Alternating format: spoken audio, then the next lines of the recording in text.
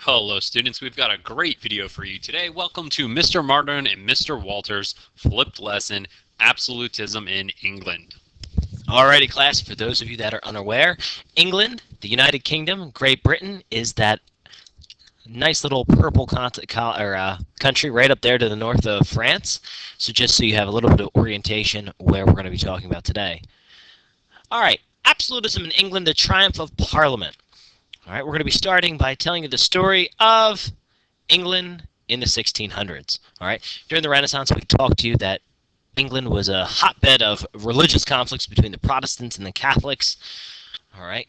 The kings and queens there believed in divine right, but they also understood the value of a good relationship with Parliament. Now, some of you guys may be asking, well, what is Parliament? Parliament is a form of government similar to the Congress that we have in the United States. It's a legislative body. All right. The first character we're going to be talking about is a guy by the name of Henry. Henry always needed money, and he was spending an excessive amount of money, and Parliament would not give him money. All right. Unfortunately, Henry dies, and his daughter Elizabeth I takes over. She becomes what's known as the last Tudor. Okay. She also dies, and she also doesn't have an heir to the throne. So now the crown goes to the cousins, called the Stuarts. And they're not popular with Parliament, and inevitably this leads to a clash within Parliament.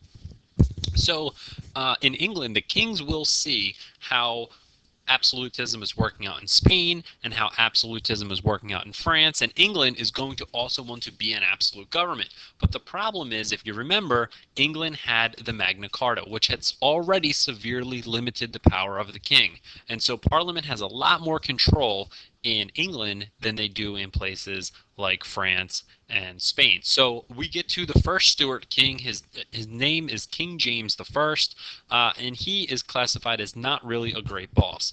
He is going to fight with Parliament often, and he's going to fight with dissenters. And these are Protestants who were against his Church of England. And we had talked about this before in class. The Puritans are the ones in England that are going to be leaving England and coming to the Americas to set up what will eventually be New England. When he dies, the next king takes over, Charles the First. Charles the First, I like to call him Headless Charlie, and you'll find out why. He also really wasn't a great leader, wasn't a great boss. He tried to be an absolute monarch, and what he did was he imprisoned his enemies, his foes. He tried to tax people without consulting Parliament. We all know how well that goes over. And in 1628, Parliament refused to raise taxes without their consent. So Charlie said, I don't need you, and he what's called dissolved Parliament. He got rid of it. Okay? The lesson there was don't mess with the English Parliament. And here's why, because the Parliament will fight back. And they are going to get together in 1640, and they are going to almost be permanent for 13 years. They will refuse to disband.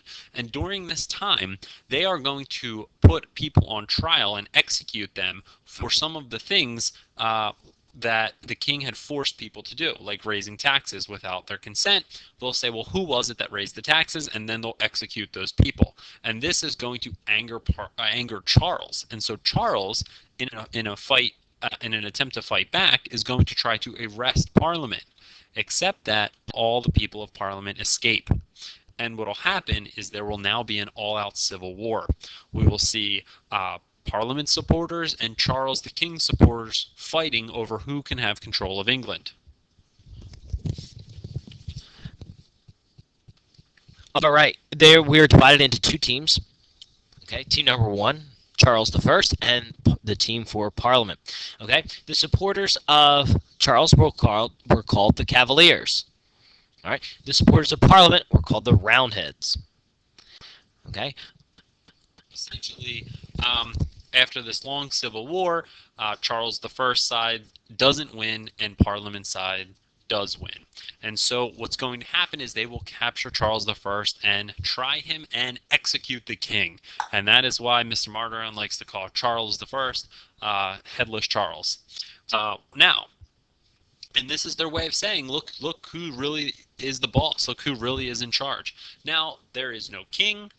You have a parliament, and who is going to be in charge of the country? We will find out in part two and the exciting conclusion of absolutism in England.